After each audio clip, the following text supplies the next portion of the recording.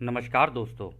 Law of one यानी एक का कानून, या कह लीजिए एक का ज्ञान, या कह लीजिए एक के तरीके, यह उसका 17वें सत्र का दूसरा भाग है। दोहराया जाता है कि इस किताब द्वारा दी गई सभी सूचनाएं और जानकारियां आप जान भी सकते हैं, मान भी सकते हैं, नज़रअंदाज भी कर सकते हैं और सिरे से खारिज या नकार भी सकते हैं, क्योंकि यह आपकी फ्री विल है जो कि अनंत रचयिता द्वारा आपको दी गई है। एक और बात कही जाती है कि लॉ ऑफ वन पूरी तरह से सबके लिए फ्री है। यदि कोई इकाई या व्यक्ति इसको निजी स्वार्थ के लिए इस्तेमाल करे तो वह उसकी व्यक्तिगत जिम्मेदारी होगी। एक बात और कही जाती है दोस्तों, यदि कोई इस एक के ज्ञान को दूसरों से साझा करना चाहे अपनी ही भाषा में परिवर्तित करके, तो वह भी वह कर सकता है, क्योंकि यह उसकी स्वतंत्र इच्छा या फ्री विल है। तो पहला सवाल डॉन करते हैं। मेरा मानना है कि उस क्षेत्र के पेड़ों के विश्लेषण में कम विकिरण स्तर दिखाया है।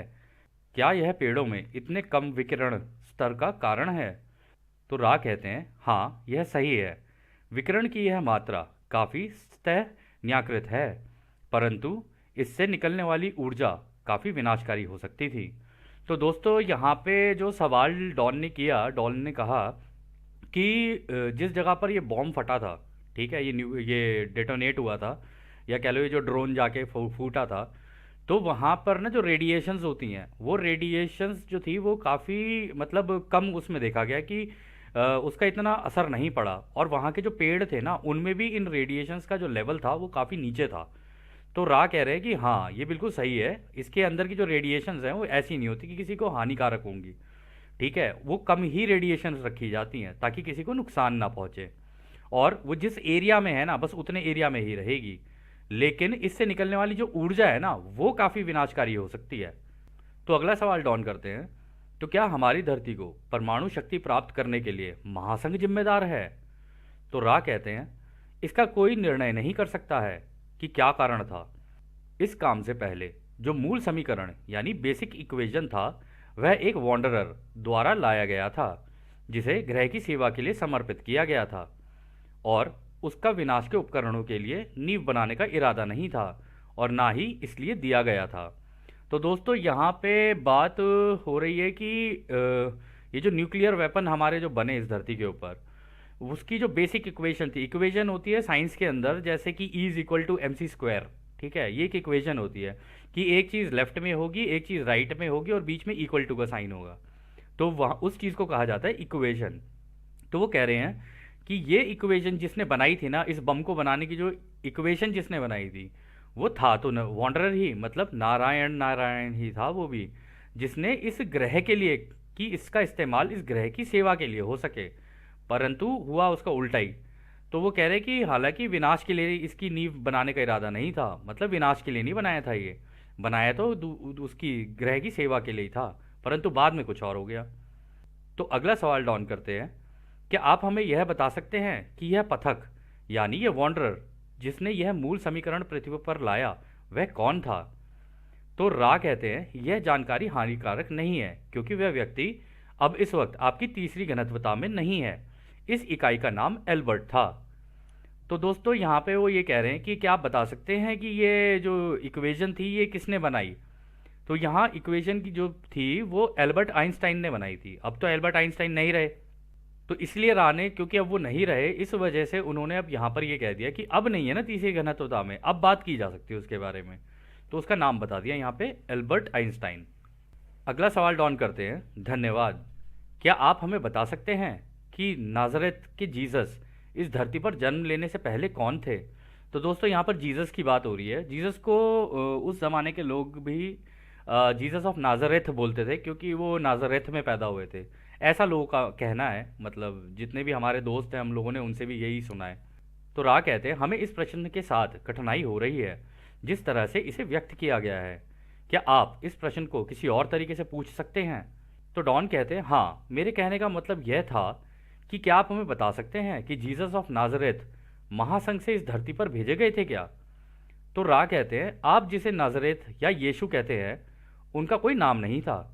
यह इकाई या व्यक्ति उस उपसप्तक के उच्चतम स्तर के पांचवी घनत्वता की सदस्य थे।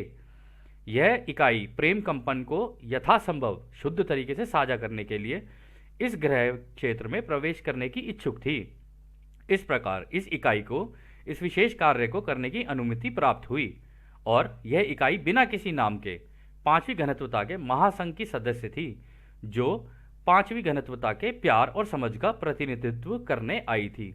तो दोस्तों यहाँ पर इन्होंने कहा कि वो पांचवी घनत्वता से यहाँ पर आए थे और है महासंघ के ही हिस्सा।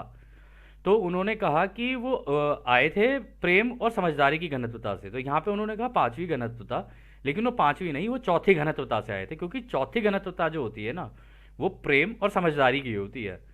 जो पांचवी घनत्वता होती है ना, वो रोशनी की घनत्वता होती है।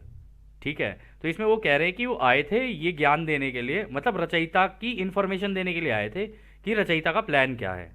तो अगला सवाल डॉन करते हैं, क्या आपने पांचवी घनत्वता को प्यार और समझ की घनत्वता कहा? क्या पांचवी घनत्वता प्रेम की है? तो रा कहते हैं माफ कीजिए, हमसे यहाँ एक त्रुटि हुई है, मतलब हमसे एक एरर हुआ है। हमारे कहने का मतलब था कि यह इकाई चौथी घनत्वता के उच्च स्तर से पांचवी घनत्वता में जाने वाली थी। यह इकाई पांचवी घनत्वता में जा सकती थी, लेकिन उसने दोबारा तीसरी घनत्वता में इस काम के लिए जन्म लेने का निर्णय लिया।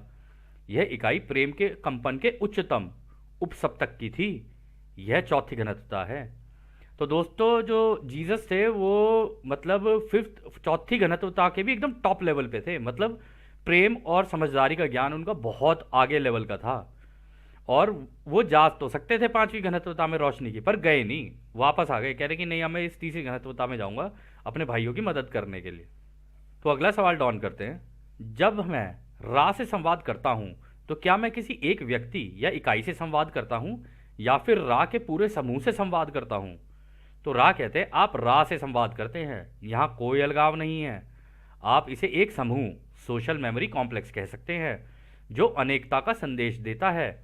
हमारी समझ से आप चेतना के एक व्यक्तिगत हिस्से से बात कर रहे हैं। तो वो कह रहे हैं कि हम जिस जगह पर है ना, वहां पे कोई अलगाव नहीं है। अगर मैं रा हूं तो सारे ही रा हैं, कोई भी अलग नहीं है हम में से। और आपने हमारे में से किसी से भी बात कर ली ना, तो सेम ही बात मिलेगी आपको। कोई किसी की भी समझ अलग नहीं है, क्योंकि सारी टेलीपैथी से कनेक्टेड है। तुम एक से पूछोगे तो सारे ही जो जवाब दे रहे हैं वो एक, सारे जवाबों को वो एक ही दे देगा तुम्हें, बात एक ही है। तो वो कह रहे हैं सोशल मेमोरी कॉम्प्लेक्स, यानी जहां पर सबके दिमाग, एक समाज का पूरा दिमाग ही एक हो गया हो। तो आगे डॉन कहते हैं, क्या मैं प्रत्येक सत्र में चेतना के उसी व्यक्तिगत हिस्से से बात करता हूं? यानी वो ये कह रहे हैं कि क्या मैं इस रा के समूह के किसी एक व्यक्ति से ही बार बार बात करता हूं क्या? तो रा कहते हैं आप एक साधन के माध्यम से एक ही इकाई से बात करते हैं। यह साधन कई बार महत्वपूर्ण ऊर्जा, वाइटल एनर्जी में कम होता है। यह कभी कभी हमारी कार्यवाही में बाधा उत्पन्न कर सकता है। हालांकि इस साधन में उसके कार्य के प्रति बहुत अधिक निष्ठा है और इसके पास जो कुछ भी है वह इस कार्य को दे देती है, इसलिए ऊर्जा कम होने पर भी काम जारी रख सकते हैं। यही कारण है कि हम आमतौर पर साधन के महत्वपूर्ण ऊर्जा के स्तर के हमारे अनुमान के कारण सत्र के अंत तक बोलते हैं। तो रा यहाँ पर ये कह रहे हैं कि हम सारे ही बोल रहे होते हैं जिस वक्त हम लोग बोल रहे होते हैं, कोई ऐसा नहीं कि कोई एक। और क्योंकि कार्ला हमारी बात को तुम्हारे सामने रख रही है, लेकिन उसका दिल ऐसा है कि वो रुक नहीं रही है, वो इस काम को करना इतना पसंद आ रहा है, उसे इतना अच्छा लगता है और पूरी निष्ठा और ईमानदारी से करती है, तो वो दिए ही जा रही है इन्फॉर्मेशन। और हम इसकी ऊर्जा को बरकरार रखने तक, अंत तक, जब तक इसकी ऊर्जा नीचे नहीं चली जाती ना, तब तक हम इसके द्वारा बोलते रहते हैं। और उन्होंने बोला भी है कि कभी कभी बाधा उत्पन्न हो जाती है, वो उसके कई कारण हो सकते हैं, लेकिन बाधा के बावजूद वो इसको कार्ला को संभाल कर लेकर चल रहे थे अपने साथ। तो अगला सवाल डॉन करते हैं, मैं अब एक स्पष्ट बात कहना चाहता हूं कि मुझे खुद पर यकीन है कि इस ग्रह के लोग जो किसी एक धर्म का पालन करते हैं या फिर किसी भी धर्म का पालन नहीं करते हैं और जिन्हें एक के कानून का बौद्धिक ज्ञान नहीं है या किसी भी चीज़ का ज्ञान नहीं है, वे उस कंपन के होने पर चौथी घनत्वता में कटाई के बाद जा सकते हैं। क्या यह सही है? तो दोस्तों यहाँ पे डॉन कह रहे हैं कि मैं ये कहना चाहता हूँ कि हो सकता है कि कोई व्यक्ति अपने अपने धर्म का पालन कर रहा हो, लेकिन धर्म का पालन कर रहा हो, विभाजन नहीं। अगर धर्म का पालन कर रहा है तो विभाजन की बात नहीं कर सकते, क्योंकि धर्म में सबसे पहली चीज़ यही सिखाई गई है कि सब कुछ एक है, हम सब एक हैं, वसुधैव कुटुंबकम, ये बोला गया है सबको। और हर धर्म में बोला गया है ये, ऐसा नहीं है किसी एक ही धर्म में बोला गया हो। अगर उसने ये पकड़ लिया तो फिर कितने भी विभाजन उसके सामने आते रहे, वो समझ जाएगा सामने वाले के मुंह से निकलती हुई बात कि हाँ विभाजन में बात कर रहा है ये। तो वो ये कह रहे हैं कि जिसको इसका हो सकता है ज्ञान हो सकता है ज्ञान ना भी हो, अपने धर्म का पालन कर रहा हो या किसी भी धर्म का पालन ना कर रहा हो, तो उस केस में क्या वो सतयुग में चौथी घनत्वता में जा सकता है? तो रा कहते हैं हाँ यह सही है। हालांकि आप कुछ ऐसे लोग भी पाएंगे जो कटाई योग्य हैं, लेकिन उनकी चमक दूसरों को उनकी आध्यात्मिकता, मन, शरीर, आत्मा की जटिल विकृति के बारे में जागरूक नहीं करती है। इस प्रकार यह विशेष रूप से संभव नहीं है कि एक इकाई अपने तत्काल परिचितों के लिए एक असामान्य रूप से उज्जवल व्यक्ति के रूप में पूरी तरह से अज्ञात होगी, भले ही यह व्यक्ति आपके तथाकथित धर्म प्रणालियों के किसी भी विकृति में ना ही पड़ा हो।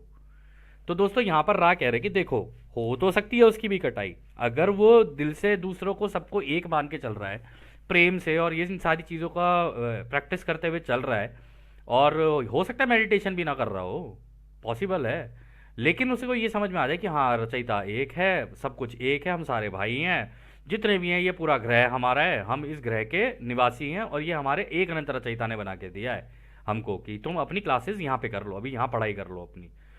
तो वो कह रहे कि हो सकता है कि वो किसी भी धर्म को ना माने, ये भी हो सकता है, और धर्म की किसी भी प्रणाली में ना पड़े, ये बिल्कुल हो सकता है उसके साथ, परंतु वो दूसरों की सेवा भाव से दूसरों के लिए काम कर रहा है, तब भी उसकी कटाई दूसरी घनत्वता में होगी, यानी चौथी घनत्वता में होगी। तो आगे डॉन कहते हैं जब नाज़रेत के यीशु ने अवतार लिया तो क्या ओरियन समूह द्वारा किसी तरह से उन्हें बदनाम करने का प्रयास किया गया? तो रा कहते हैं हाँ यह सही है। तो डॉन कहते हैं क्या आप मुझे बता सकते हैं कि ओरियन समूह ने उन्हें नीचे गिराने के लिए क्या क्या किया? तो रा कहते हैं हम एक सामान्य रूप से वर्णन कर सकते हैं कि क्या हुआ था।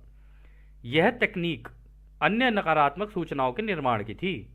यह सूचना उसने दी थी जिसे तुम्हारे लोग यावे कहते हैं। इस जानकारी में अपने व्यवहार पर सख्ती और अपनी सेवा के रास्ते पर तीसरी घनत्वता में अधिकार और शासन का वादा था। इन दो प्रकार की सूचनाओं का उन लोगों पर प्रभाव पड़ा जिनका पहले से ही ऐसे विचार रूपों का झुकाव था, और यह अंततः यीशु की कई चुनौतियों का कारण बना।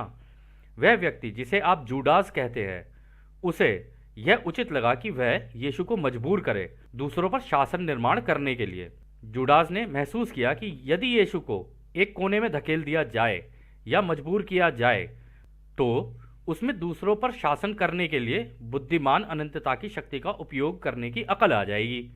वह जीसस की इस प्रतिक्रिया के अनुमान में गलत था, क्योंकि जीसस का सीखने और सिखाने का झुकाव इस तरह की विकृतिता का नहीं था। इसका परिणाम आपके लिए यीशु के रूप में जाने वाले इस व्यक्ति के शरीर के विनाश के रूप में हुआ। तो दोस्तों वो कह रहे हैं कि ओरियन समूह ने क्या किया कि जीसस को ना कोने में धकेलने के लिए यावे जो था उसने इस तरीके की जानकारियां दी लोगों को कि लोग खुद ही बंधन में बंधते चले जाएं, और जब वो अपने व्यवहार पे सख्ती रखें, अपने ऊपर सख्तियां करनी शुरू कर दें, तो इस तरीके के, और लोगों को पसंद भी आई, जो जिन लोगों का झुकाव ऐसे था कि हाँ भाई हमें तो बंधन में मजा आता है, उन लोगों ने इसका साथ दिया।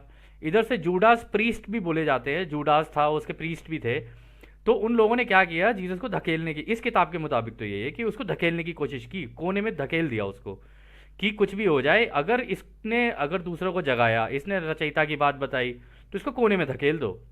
तो वो कहते हैं कि लेकिन वो इस अनुमान में उससे गलती हो गई, क्योंकि जीसस तो उस लेवल तक चले गए कि अब तो मैं मर ही जाऊंगा इनके लिए, चाहे कुछ भी हो जाए, इन्हें ये जरूर सिखा के जाऊंगा कि मौत नाम की कोई चीज नहीं होती है, आत्मा नश्वर होती है।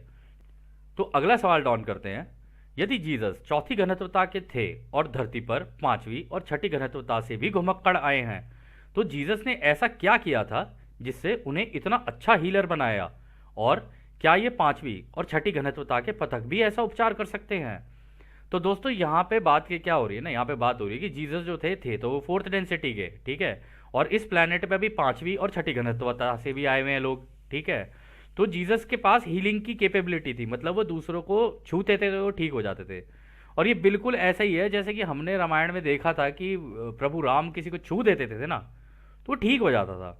एक पत्थर पे पैर क्या रख दिया, उसके अंदर जीवन आ गया। आप समझ रहे हैं, मतलब उनके छूने से चीज हो जाती थी। तो ये हीलिंग की जो कैपेबिलिटी होती है ना, ये चौथी पांचवी छठी घनत्वता में सबके पास होती है। ये आपको टच भी कर देंगे ना तो भी ठीक हो जाओगे आप। कोई मतलब आपका कैसा भी दुख हो, चाहे आत्मा का दुख भी क्यों ना हो, बस टच करेंगे और हो जाएगी चीज। तो वो ये कह रहे हैं कि और क्या ये पांचवी और छठी घनत्वता के पथक भी ऐसा उपचार कर सकते हैं? मतलब अभी जो पांचवी और छठी घनत्वता के लोग भी जो यहाँ पर आए हुए हैं, क्या वो भी ऐसा काम कर सकते हैं? तो रा कहते हैं जो हीलिंग करते हैं वे किसी भी घनत्वता के हो सकते हैं जिनमें आत्मा की चेतना हो। इसमें तीसरी, चौथी, पांचवी, छठी और सातवीं घनत्वता शामिल है। तीसरी घनत्वता में भी हीलिंग उसी प्रकार से हो सकती है जैसे अन्य घनत्वताओं में होती है। हालांकि इस घनत्वता में समझने, संतुलन करने, स्वीकार करने और आगे बढ़ने के लिए और अधिक भ्रामिक सामग्री होती है। बुद्धिमान अनंत का द्वार केवल तभी खोला जा सकता है जब उपचारक के लिए बुद्धिमान ऊर्जा के प्रवाह की समझ खुल जाए। यह आपके स्थान, समय, सातत्य और इसके विद्युत चुंबकीय स्रोतों और बुद्धिमान ऊर्जा के जाल का तथाकथित प्राकृतिक नियम है।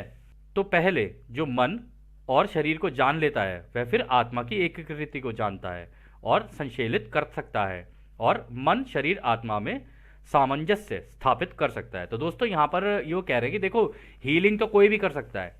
मतलब इसके उदाहरण कई जगह देखे जा सकते हैं दोस्तों, कि हमारे कितने ऋषि महर्षि आए, नानक जी आए, ठीक है, और साईं बाबा आए, और बुद्ध जी आए, ठीक है, और जीसस की यहाँ पे बात हुई, ठीक है, प्रभु राम की आप देख लो, सब सब के सब जितने पुराने थे ना, सबको इसका ज्ञान था, यानी प्रेम और रोशनी का ज्ञान। ठीक है, और ऐसा नहीं है कि आप आगे की घनत्वताओं में कर सकते हो। अगर आप नोटिस करो तो ये जितने भी आए थे, आए तो इसी घनत्वता में थे ना, हमारी तीसरी घनत्वता में ही तो आए थे, फिर भी ये कर सकते थे क्योंकि ध्यान की अवस्था में जाकर उन्होंने ये सिद्धियां प्राप्त कर ली थी। और सिद्धियां ये तभी मिलती हैं जब आप दूसरे की सेवा के लिए इस्तेमाल करो। अदरवाइज आप टेक्नोलॉजी से भी कर सकते हो, लेकिन टेक्नोलॉजी से कैसा भी इस्तेमाल हो सकता है, उसका गलत भी हो सकता है, सही भी हो सकता है, लेकिन रचयिता के द्वारा जो दी जाती है ना, वो दूसरों की सेवा के लिए ही दी जाती है, क्योंकि रचयिता भी दूसरों की सेवा के लिए ही है। वो ये नहीं चाहते कि तुम मेरी सेवा करो, वो तो ये कहते कि मैंने तो तुम्हें पूरा ब्रह्मांड रच के दे दिया है, घूमो, ऐश करो, इसमें जाओ, एक दूसरे से प्रेम करो, घूमो, देखो मेरी रचना देखो, और तुम भी आगे निकलो और अपनी अपनी रचनाएं करो। यही है रचयिता का ज्ञान। तो फिर वो आगे कहते हैं, फिर वह किसी भी आयामों के बीच स्थानांतरित हो सकता है और फिर बुद्धिमान अनंत का प्रवेश द्वार खोल सकता है, और इस प्रकार वह स्वयं को प्रकाश से ठीक कर सकता है और उस प्रकाश को दूसरों के साथ साझा भी कर सकता है। सच्चा उपचार केवल स्वयं की चमक है, जिसमें एक ऐसा वातावरण तैयार होने लगता है जिससे एक माध्यम उत्पन्न होता है जो स्वयं की पहचान की शुरुआत कराता है, स्वयं के उपचार गुणों के द्वारा। तो देखा दोस्तों, यहां पर उन्होंने क्लियर कर दिया कि जब कोई व्यक्ति अपने आप को जान लेता है ना, और अपने अंदर की ये जो ऊर्जा है, इस रोशनी को, प्रकाश को जान लेता है, इसको बोलते हैं अंदर ही अंदर रेनबो बॉडी होती है, ये हर किसी के अंदर होती है, 7 रंग की बॉडी सबकी होती है ये। और ये जो आत्मा होती है पूरी रोशनी की होती है एकदम। जब ये निकल के बाहर आती है, जिसे रेनबो बॉडी एक्सपीरियंस कहते हैं ना, जब ये निकल के बाहर आती है ना, आसमान में इंद्रधनुष बन जाता है जब कोई व्यक्ति अपना शरीर छोड़ के जाता है। तो क्या कहते हैं, ये ऐसा, वो कह रहे हैं कि ऐसा वातावरण होने लग जाता है कि स्वयं की पहचान हो जाती है। एक बार वो हो गई, स्वयं को जान लिया, तो फिर सामने वाले को तो जान ही लेगा ना, क्योंकि उसको पता है कि उसके अंदर भी वही रोशनी है, और जब उसके अंदर भी वही रोशनी है और मेरे अंदर भी वही रोशनी है, तो अगर टच भी करेंगे तो वो ठीक हो जाएगा। ये हीलिंग ऐसे ही काम करती है। तो फिर आगे डॉन कहते हैं, तो फिर जीसस ने धरती पर अपने इस अवतार में यह सब कैसे सीखा? तो रा कहते हैं, उसने इस क्षमता को बहुत कम उम्र में एक स्वाभाविक प्रकार की याद से सीखा। दुर्भाग्य से इस इकाई ने सबसे पहले अपने मित्र पर क्रोधित होकर बुद्धिमान अनंत में प्रवेश करने की इस क्षमता की खोज की। यह मित्र यीशु के उन्हें छूने की वजह से बुरी तरह घायल हो गया था। इस प्रकार यीशु को पता चल गया था कि उनके अंदर एक भयानक क्षमता है। यह इकाई यह पता लगाने के लिए दृढ़ थी कि इस ऊर्जा का उपयोग अच्छे के लिए कैसे किया जा सकता है, ना कि नकारात्मकता के लिए। यह इकाई अत्यंत सकारात्मक रूप से ध्रुवीकृत थी और अधिकांश घुमक्कड़ों की तुलना में इसे बहुत कुछ याद आ गया था। तो दोस्तों, हुआ यह था कि जीसस, इस पार्ट में हुआ क्या कि जीसस को बचपन में ही अपनी ना पावर्स पता चल गई थी, ये जितनी भी सिद्धियां थी उन्हें पता चल गई थी, क्योंकि एक बार गुस्से में आके उन्होंने अपने एक दोस्त को टच किया और वो कहीं दूर जाके गिरा और उसे चोट लगी बहुत ज़्यादा। तो उनको ये लगा कि मेरे अंदर एक ऐसी भयानक क्षमता है जिससे किसी को चोट भी पहुंच सकती है।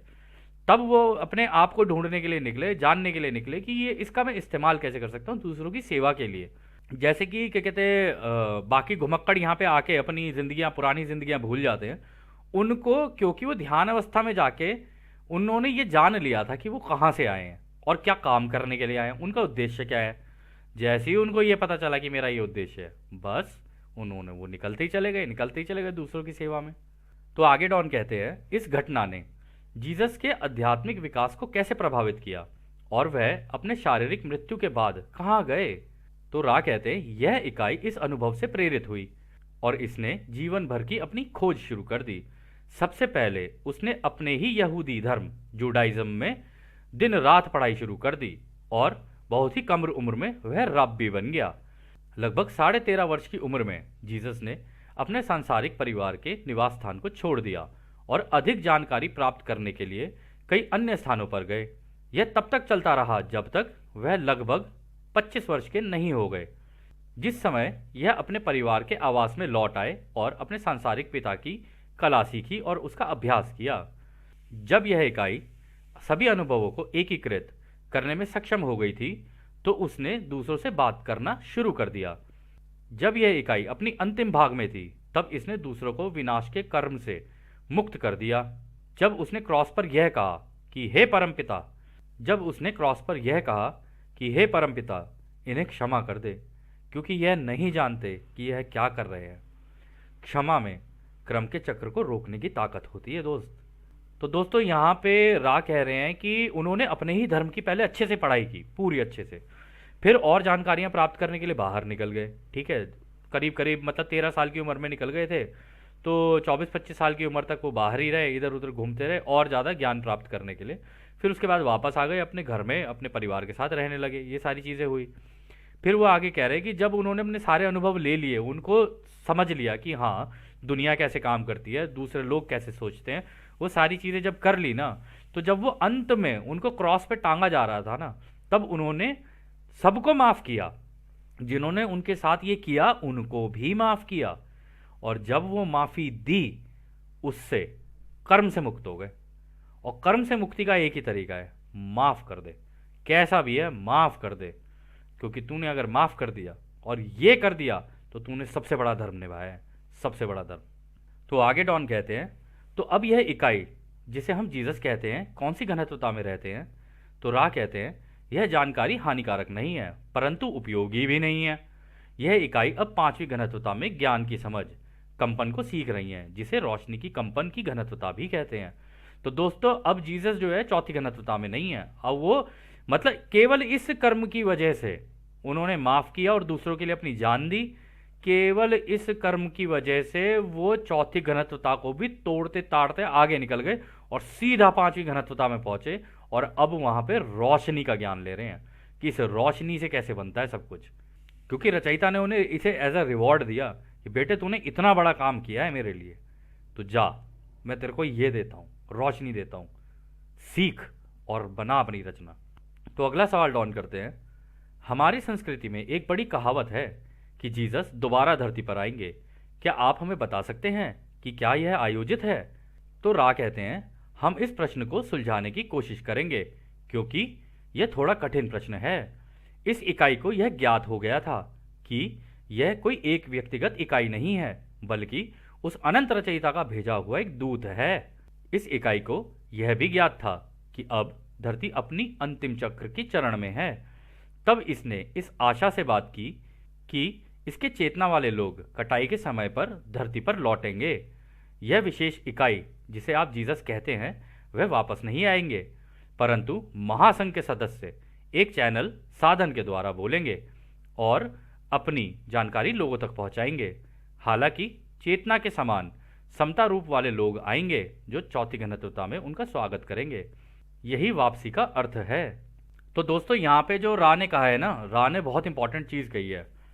क्योंकि अगर जैसे जीसस बोल के गए कि भाई मैं आऊँगा, ठीक है, अब सारे ये सोचेंगे कि हाँ जीसस आएंगे। अब जीसस के रूप में मान लो कोई बहरूपिया बन के आ गया, तो फिर क्या करोगे आप। तो इसीलिए जीसस वहाँ से तो निकल गए आगे, लेकिन जीसस ने ये काम कर दिया था क्योंकि उनको पता था कि मुझे ये ही करना है। लेकिन इस बार जब आएंगे ना, तो सारी चौथी घनत्वता के ही आएंगे, और इनकी शक्तियाँ खैर क्या ही बोले हम, जो अनंत रचयिता के प्रेम और रोशनी की शक्तियाँ लेके चल रहे हों, उन्हें काहेगा डर? वो किससे डरने वाले हैं? तो इस बार आएंगे तो सारे के सारे एक साथ ही आएंगे। ऐसा नहीं है कोई एक आएगा या दो आएंगे, सारे आएंगे एक साथ ही। और फिर जो होगा वो तो अभी राह आगे बता ही देंगे। तो खैर दोस्तों, यह सत्र अभी थोड़ा और लंबा जाएगा, तो इस सत्र को हम लोग अभी यहीं समाप्त करते हैं। और जैसा कि राह हमेशा कहते हैं, अब हम आपको उस एक अनंत रचयिता की प्रेम, उसकी रोशनी, उसकी शक्ति और उसकी शांति में छोड़कर चलते हैं। आदने हमारे भाइयों, आदने वासु। धन्यवाद।